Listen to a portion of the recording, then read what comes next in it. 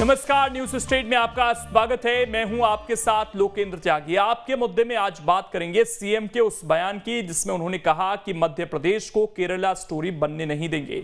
ये बयान मध्य प्रदेश से पकड़े गए आतंकी और उनसे धर्मांतरण और लव जिहाद को लेकर हुए बड़े खुलासों के बाद आया है। हालांकि बयान की एक और खास टाइमिंग भी है, क्योंकि ये बयान कर्नाटक चुनाव नतीजे आने के ठीक बाद आया। आज चर्चा इसी मसले पर और सवाल ये कि मध्य प्रदेश में केरल स्टोरी जैसे हालात बन रहे हैं क्या, कि यह बयान देना पड़ रहा है। लव जिहाद और धर्मांतरण पर बयान के सियासी मायने क्या हैं? क्या मध्य प्रदेश में केरल स्टोरी पर बयान से चुनावी मुद्दों की तस्वीर साफ हो रही है? इन्हीं कुछ सवालों पर करेंगे चर्चा। कुछ खास मेहमान भी हमारे साथ जुड़ेंगे, लेकिन उससे पहले आज की रिपोर्ट आपको दिखाते हैं।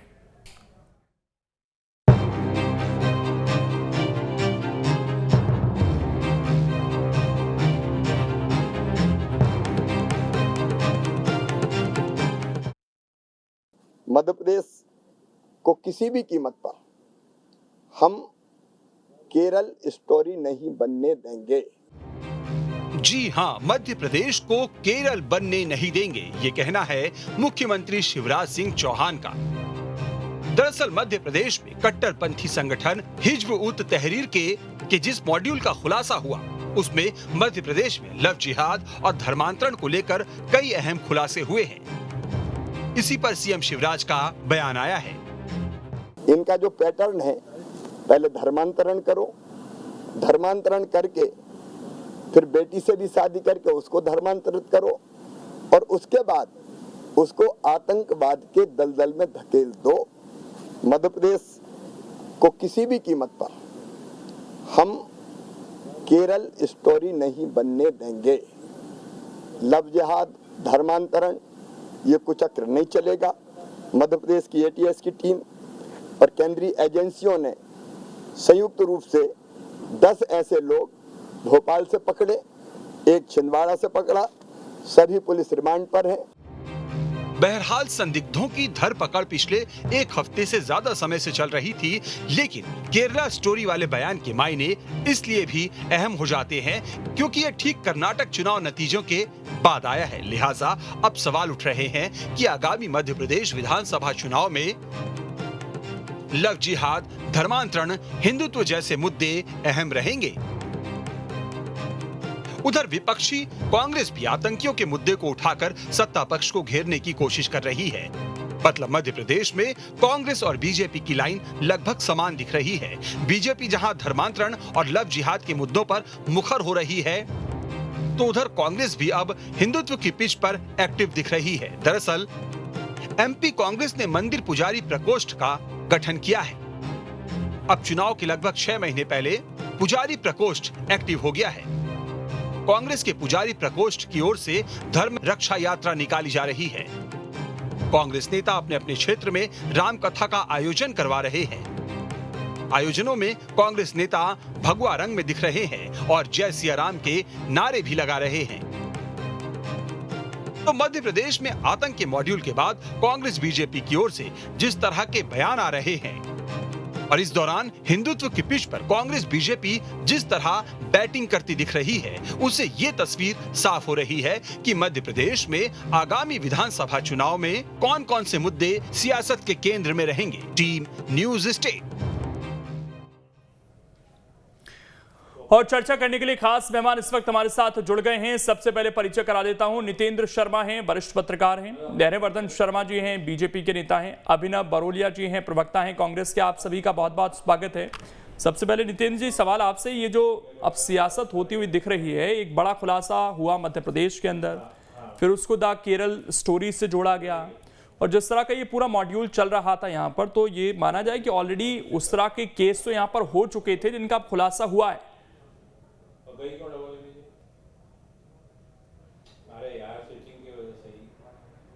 इसमें कहीं ना कहीं धर्मांतरण का एंगल जो है वो आ रहा है, क्योंकि जिन लोगों को पकड़ा गया उनमें से कई लोग जो थे, और अभी तक जो है वो अलग अलग तरह के धर्मांतरण सामने आते थे। एक लव जिहाद में जो धर्मांतरण की बात आती थी, ये मामला उससे अलग है। यहाँ तो 3 ऐसे लड़के पकड़ाए हैं जो हिंदू थे और हिंदू से मुस्लिम हुए। तो साफ तौर पर पुरुष धर्मांतरण अभी तक आमतौर पर देखने को कम मध्य प्रदेश में आया था, लेकिन इस मामले में देखने को आया है। उसी के साथ जो है वो मुख्यमंत्री शिवराज सिंह चौहान का एक बयान भी आया कि मध्य प्रदेश को केरला स्टोरी नहीं बनने देंगे। तो साफ तौर पर यदि देखा जाए तो इन सब चीज़ों को हम आगामी विधानसभा चुनाव से जोड़कर देख सकते हैं, क्योंकि मध्य प्रदेश में यदि पिछले हम कुछ चुनावों को देखें तो मध्य प्रदेश में जो पिछले चुनाव हुए हैं उसमें कभी भी प्रदेश में हिंदुत्व जो है वो बड़ा मुद्दा नहीं रहा है। 2003 का चुनाव हो, 8 का चुनाव हो, 13 का चुनाव हो या 18 का चुनाव हो, हमेशा विकास की बात ज़्यादा की जाती थी, गवर्नेंस की बात की जाती थी, कामकाज की बात की जाती थी। लेकिन इस बार ऐसा लग रहा है कि भाजपा और कांग्रेस दोनों के जो तेवर दिखाई दे रहे हैं ये विधानसभा चुनाव आते आते चुनाव को कहीं ना कहीं हिंदुत्व पर लेकर आएंगे। बिल्कुल हिंदुत्व पर लाया जा रहा है। धैर्यवर्धन शर्मा जी, आपको नहीं लगता कि अब उसका खुलासा हो गया है? अलग अलग जगहों से 16 लोग पकड़े गए हैं, जिसमें से 10 तो भोपाल से, एक छिंदवाड़ा से। इतना बड़ा ये रैकेट यहाँ पर चल रहा था, कई लोगों को ये कन्वर्ट कर चुके थे, यानी कि ऑलरेडी एक चीज़ हो चुकी है यहाँ पर, उसके बाद उसका खुलासा हुआ है। ये अपना फैलाव कर चुके थे, तो इतने समय तक तो एक प्रशासनिक फेलियर रहा यहाँ पर, जिसकी वजह से फल फूल रहे थे। देखिए, जहर जिन लोगों के मन में पल रहा है वो जहरीले काम करेंगे, पर सरकार का काम है उनका दमन करना, उन विष दंतों को तोड़ देना, जहरीले दांतों को तोड़ देना, उखाड़ के फेंक देना। उसमें सरकार कतई पीछे नहीं। जैसे ही जानकारी मिलती है तथ्य जुटा करके सक्षम कार्रवाई की जाती है, उनको गिरफ्तार किया जाता है, उनको अदालत के हवाले किया जाता है। और मध्य प्रदेश को भूलने की बात नहीं है। मध्य प्रदेश में तमाम ऐसे उग्रवादी जेल तोड़कर भागने का दुस्साहस कर रहे थे, तो उनका यहां से टिकट काट दिया गया, सीधा उनको ऊपर भेज दिया। तो यहाँ ये स्थिति है, किसी भी प्रकार के इन हरकतों को जिहादी मानसिकता के लोगों को बर्दाश्त नहीं किया जाएगा। समाज में विघटन फैलाने की, देश को तोड़ने की जो मंशा या मंसूबे पालकर बैठे हुए लोग हैं, उनके अंदर भय पैदा करने में सरकार सक्षम है, या उसका उदाहरण है। और मैं तो कह रहा हूं, भारतीय जनता पार्टी की सरकार ही क्यों, कोई भी सरकार हो, क्या भारत में ऐसे तत्वों को झेलना चाहिए, बर्दाश्त करना चाहिए जो देश की एकता अखंडता के लिए खतरा बने हो, जो विभिन्न धर्मावलंबियों के बीच जहर पैदा कर रहे हैं, जो जानबूझ करके लोगों का धर्मांतरण कराकर और उनसे ही लोगों की जान का। लेकिन एक चीज और यहाँ पर जो सवाल उठ रहा है सर धैर्यवर्धन जी, वो सवाल ये उठ रहा है कि एक film I the Kerala story. अब केरल में क्या परिस्थितियां हैं सर, वो हमारे देश का हिस्सा है, अभिन्न हिस्सा है। केंद्र में आप लोगों की सरकार है, गृह मंत्रालय का अगर वहां पर पूरा रोल होता है, अगर कोई इंटेलिजेंस फेलियर हो रहा है, तो क्या उस स्टेट से बार बार जोड़ना कि हम केरला नहीं बनने देंगे, ये एक स्टेट को भी हम डिफेम कर रहे हैं और दूसरी तरफ राजनीतिक तौर पर भी इसे भुनाने की कोशिश हम कर रहे हैं अपने प्रदेश के अंदर। त्यागी जी, दोनों शब्दों में बड़ा अंतर है। मुख्यमंत्री जी ये नहीं कहा कि मध्य प्रदेश को केरला नहीं बनने देंगे। केरल सर्वाधिक शिक्षित राज्यों में से एक है। केरल के लोग पूरे देश में रोजगार करते हैं, केरल की तमाम खूबसूरती है, केरल में बहुत अच्छाइयां, केरल बहुत प्यारा है। पर उन्होंने बात की फिल्म की कि केरल स्टोरी यहां पर नहीं पनपने देगी। वो एक ऐसी फिल्म है जिसकी पटकथा ये कहती है कि आखिर केरल से लड़कियां गायब होकर के ISIS के आतंकवादियों की रखेल क्यों बनाई जा रही हैं, उनके हवाले क्यों कर दिया जा रहा है बेटियों को षड्यंत्र पूर्वक भेजकर। केरला में यह भी समझ में आ रहा है कि कई लोग केरल को छोड़कर, भारत को छोड़ करके गायब हुए और उनके बारे में इनपुट प्राप्त हुए कि कोई सीरिया में, कोई कहीं किसी और देश में उग्रवादियों का टूल बना हुआ है। तो केवल मुख्यमंत्री जी के टारगेट पर वे घटनाक्रम है, वह मानसिकता है, समूचे केरल को जोड़ने की आवश्यकता नहीं है। ठीक है अभिनव जी, जिस तरीके से अब कर्नाटका का चुनाव खत्म हुआ है और उसके ठीक बाद जिस तरह के मुद्दे मध्य प्रदेश में उठ रहे हैं, क्योंकि वहां भी बजरंग बली और बजरंग दल को लेकर काफ़ी चर्चा रही, पूरा चुनाव उसी पर शिफ्ट हुआ। उससे पहले हमने देखा था वहाँ पर बुरखे को लेकर और जिस तरीके से पूरे विवाद वो छिड़े हुए थे। क्या मध्य प्रदेश में भी वही स्थिति तो नहीं बनती दिख रही?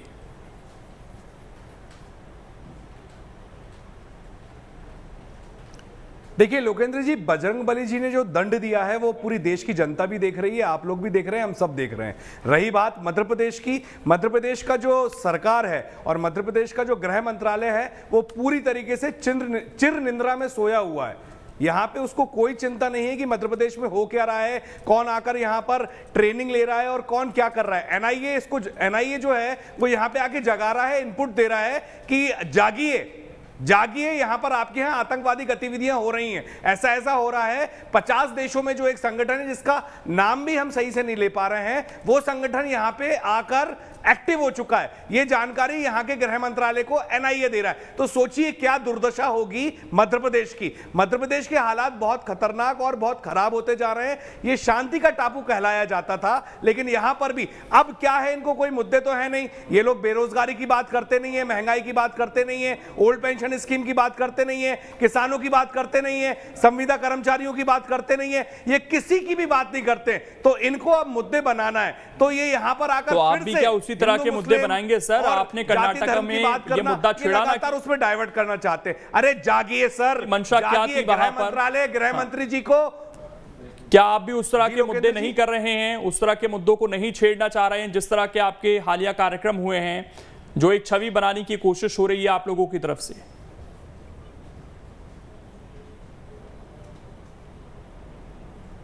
देखिए, हम कोई छवि नहीं बना रहे हैं। हम हर जगह, आप चाहे कर्नाटक का चुनाव देखें, हमने वहां पर जनता के मुद्दों की बात करी, लगातार जनता की मुद्दों की बात हम यहां पर भी कर रहे हैं। लेकिन आप सोचिए यहां पे किसकी जिम्मेदारी होनी चाहिए? डबल इंजन की सरकार है आपकी, आप बहुत डींगे हाँकते हैं, लेकिन आप यहां पे किस तरीके की बातें कर रहे हैं कि मतलब कैसे यहां पे आ गया कोई जो 50 देशों में। लेकिन एक चीज तो साफ हो गई ना सर यहाँ पर कि लव जिहाद होता है, जिसको आप ये कह रहे थे कि ऐसा कोई शब्द है ही नहीं। नेता प्रतिपक्ष तो साफ तौर पर इसका खंडन कर देते थे। जब केरला स्टोरी की बात आती थी तो आप कहते थे कि ये प्रोपेगेंडा है। अगर आप ये मान रहे कि इस तरह का कोई मॉड्यूल है, तो यानी कि इस तरह की चीजें तो एग्जिस्ट करती हैं।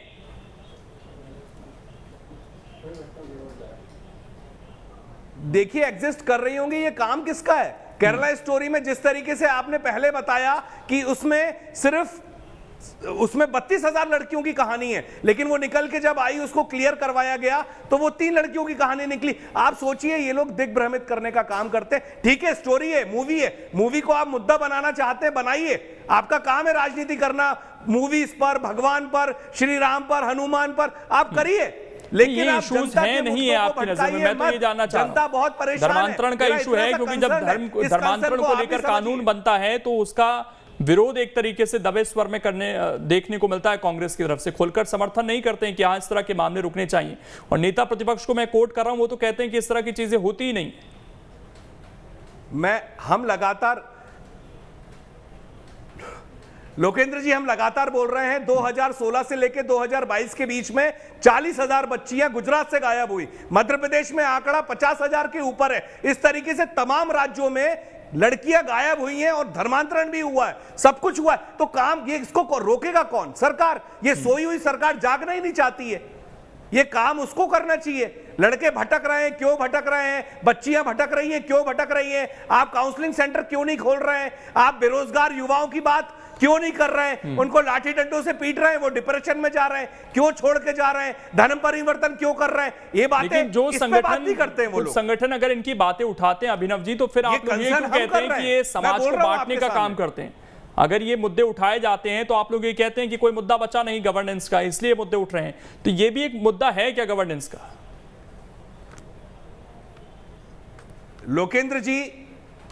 लोकेंद्र जी, गवर्नेंस का मुद्दा बिल्कुल है। सरकार अगर निष्क्रिय होगी तो हम तो जगाने की बात करेंगे ना।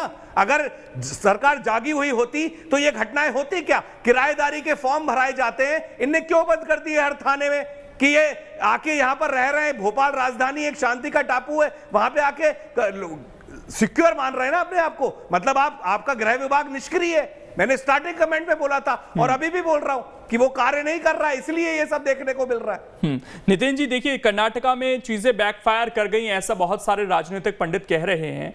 मध्य प्रदेश में हालिया हमने देखा कि कंसंट्रेशन जो था वो योजना को लेकर था, बहनों को लेकर। लाडली बहना योजना पर पूरा फोकस दिखा था सरकार का, लेकिन वापस से जैसे कर्नाटका का रिजल्ट आया, इस तरह की बयानबाजी सामने आना, जबकि गिरफ्तारियां पहले से हो रही थी, लेकिन रिजल्ट के तुरंत बाद जिस तरीके से बयानबाजियां शुरू हुई, तो क्या कर्नाटका से कोई सबक लेते हुए, और जो आप खुद कह रहे हैं कि यहाँ पर उस तरह का ट्रेंड रहा नहीं है, इस तरह के मुद्दे चले नहीं हैं और कर्नाटका में भी वो मुद्दा चल नहीं पाया, तो क्या वो रिस्क बीजेपी लेना चाहती है या जो फोकस कुछ दिन पहले तक दिख रहा था लाडली बहना योजना पर, उसी को लेकर आगे बढ़ना ज्यादा बेहतर रहेगा?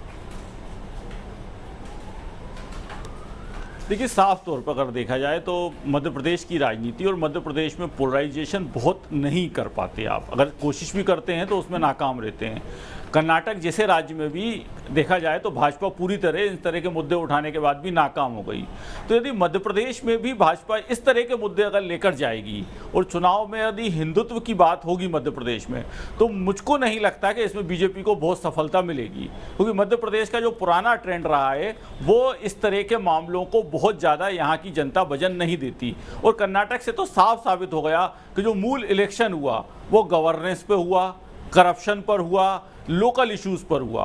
तो साफ तौर पर मध्य प्रदेश का भी जो चुनाव दिखाई दे रहा है, जो 2023 के अंत में अब 3-4-5 महीने बचे हैं, आचार संहिता लग जाएगी, वो चुनाव साफ तौर पर स्थानीय मुद्दों का चुनाव होगा। और आपको लगता है नितिन जी कि अगर धर्मांतरण का मसला यहाँ पर उठेगा तो सवाल सरकार पर ही उठेंगे कि जब बीजेपी की सरकार है तो धर्मांतरण के मामले हो क्यों रहे हैं, जैसा कि इस केस में भी देखने को मिल रहा है?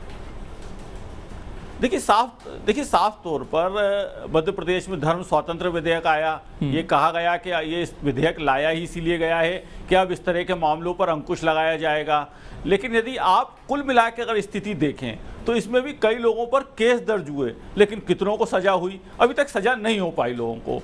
तो यदि इन सब मामलों की हम जड़ में जाएंगे तो लंबे समय से मध्य प्रदेश में भाजपा की सरकार है, इसीलिए यदि ऐसा कोई मामला आएगा तो वो बैकफायर करेगा, ये दिखाई दे रहा है। लेकिन यदि अगर मध्य प्रदेश में आप स्कीम्स की बात करें, आप जो है वो जो महिलाओं के लिए योजना लाएं उसकी बात करें, तो फिर भी कहीं ना कहीं जनता कुछ ना कुछ मामलों को लेकर विचार करेगी, कहीं ना कहीं व्यवस्था की बात करें तो विचार करेगी। लेकिन यदि मध्य प्रदेश में अगर कोशिश ये की जाएगी कि हिंदुत्व की, लेकिन इसमें आज की तारीख में देखा जाए तो दोनों दल कहीं ना कहीं जिम्मेदार दिखाई दे रहे हैं, क्योंकि यदि भारतीय जनता पार्टी भी हिंदुत्व की बात कर रही है तो कांग्रेस भी एक साफ हिंदुत्व दिखाई दे रही है। कांग्रेस के कार्यालय में धार्मिक आयोजन हो रहे हैं जो आमतौर पर नहीं हुआ करते थे। तो इससे भी लग रहा है कि कांग्रेस भी कहीं ना कहीं उसी राह पर चल रही है मध्य प्रदेश में, क्योंकि कांग्रेस को भी ये डर है कि कोई ऐसा ना हो कि कोई ऐसा इशू बड़ा बन जाए और हिंदू वोट हाथ से छिटक जाए। तो इसलिए कांग्रेस का भी जो इस समय जो कदम दिखाई दे रहे हैं, कमलनाथ जी को जो है वो लगातार जो है वो हनुमान भक्त बताने की जो है वो प्रयास किया जा रहा है, तो कांग्रेस भी उसी दिशा में आगे चल रही है जिस दिशा में भाजपा आगे चल रही है। तो साफ तौर पर जो जनता के जुड़े मुद्दे होते हैं, जिन पर जनता का फोकस होता है, और मैं यही कह रहा हूं कि जनता का आज भी उन्हीं पर फोकस है। यदि ये दोनों दल दूसरे मुद्दे पर लेके जाएंगे तो कहीं ना कहीं इन दोनों को उसका नुकसान हो सकता है। धैर्यवर्धन शर्मा जी, जब धर्मांतरण का मामला उठेगा तो सवाल तो आप पर ही उठेंगे सर, कि सरकार आप लोगों की है, क्यों ये मामले सामने आ रहे हैं? देखिए, हमारे कांग्रेस के प्रवक्ता मित्र ने प्रारंभ में कहा कि मध्य प्रदेश की सरकार को इनपुट नहीं मिला, एनआईए को इनपुट मिला। तो देखिए, आतंकवाद किसी एक जगह नहीं होते। आतंकवाद विभिन्न राज्यों में ऑपरेशन को अंजाम दे रहे होते हैं या उसकी प्लानिंग कर रहे होते हैं। राज्य की जो इकाइयां होती हैं, जो डिपार्टमेंट होता है, उसकी सीमा रेखा होती है, पर एनआईए तो पूरे देश में काम करता है। यदि किसी और राज्य में भी उनके हाथ में कोई ऐसा व्यक्ति मिला और उससे पूछताछ के आधार पर दूसरे राज्यों के इनपुट से मिलते हैं, तो वे उस राज्य को शेयर करते हैं, उस राज्य के साथ मिलकर के कार्रवाई करते हैं। तो इसमें तो ऐसी कोई खास बात नहीं है। केंद्र सरकार के उन संस्थानों का काम यही है, हमारी पुलिस का भी काम यही है। हमारी पुलिस अगर पकड़ लेती है और लगता है कि आतंकवाद से संबंधित मामला है, बड़ा मामला है, तो संबंधित एनआईए को या गृह मंत्रालय के माध्यम से उनका विभागों को रिपोर्ट की जाती है, ताकि राष्ट्रीय स्तर पर यदि कोई पूछताछ की परिस्थिति बनती हो तो वे भी आकर पड़ताल कर सकें। तो ये राज्य जी, मुझे ऐसा लगता है धैर्यवर्धन जी को समझ नहीं पा रहे हैं कि मुद्दा क्या है, एनआईए क्या गंभीरता से काम करती है, गृह मंत्रालय क्या काम करता है, किसको कहां से इनपुट मिलता है, तेलंगाना कहां से इनपुट लेके आया, यहाँ पर बात हो रही है यहाँ की गृह मंत्रालय यहाँ पे क्या काम कर रहा है। अभिनव जी, क्या मैं गलत बात कह रहा हूं तो आप इतने तलखी के साथ बात कर रहे हैं?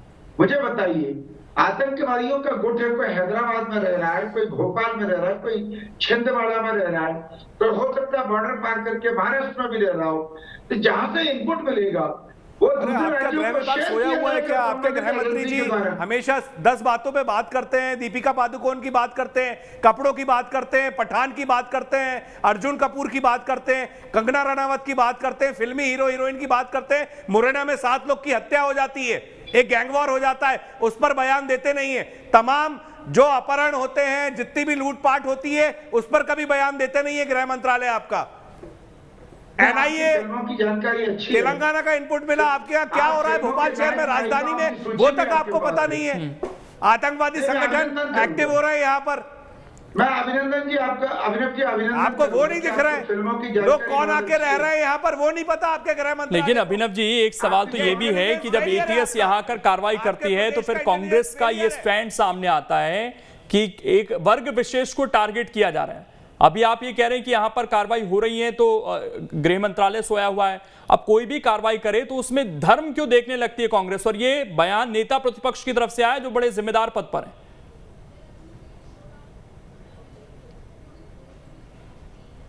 अरे हम कभी भी नहीं करते।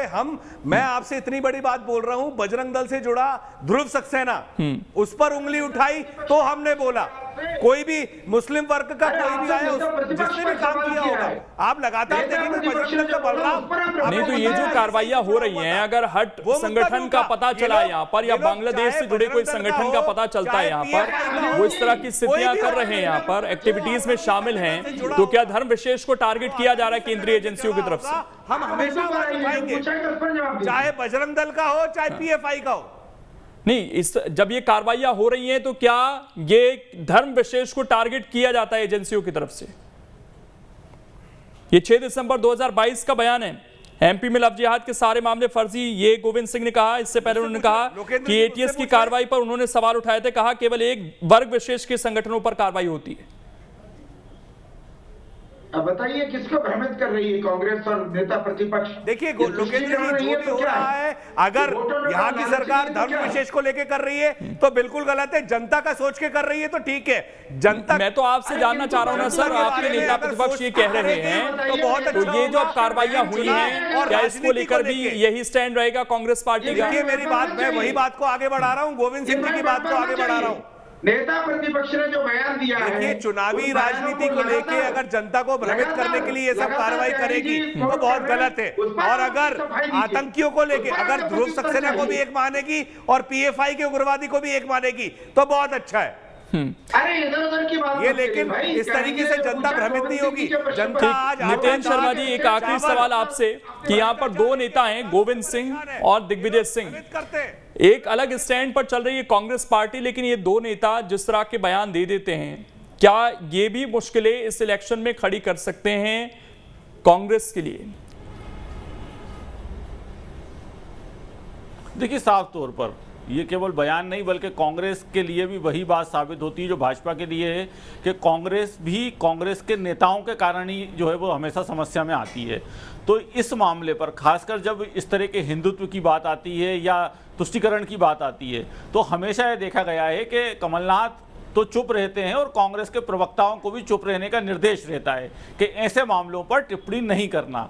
लेकिन उसके बावजूद भी पूर्व मुख्यमंत्री दिग्विजय सिंह हो या नेता प्रतिपक्ष गोविंद सिंह हो, उनकी कोई ना कोई टिप्पणी सामने आती है। अगर आप याद करें तो जब वो बागेश्वर धाम सरकार की जो है वो बात आई थी तब नेता प्रतिपक्ष ने उनका विरोध करा था। जिनके यहाँ कमलनाथ या सज्जन सिंह वर्मा, अरुण यादव, जब सारे लोग उनके पास पहुंचे थे तो नेता प्रतिपक्ष ने उनको जो है वो फर्जी करार दिया था। तो इस तरह के बयान कांग्रेस के जो अंतर विरोध है उसमें हमेशा जो है वो इस तरह के बयान आते रहते हैं। और जहाँ तक ये मामला है तो ये मामला देखा जाए तो मुख्य रूप से यदि जो है अगर वो आतंकवादी हैं या उनको धर्मांतरण का मामला इससे जुड़ा हुआ है तो पुलिस को अपनी कार्रवाई करना चाहिए और उस कार्रवाई का कोई भी राजनीतिक दल हो उसको उसका समर्थन करना चाहिए।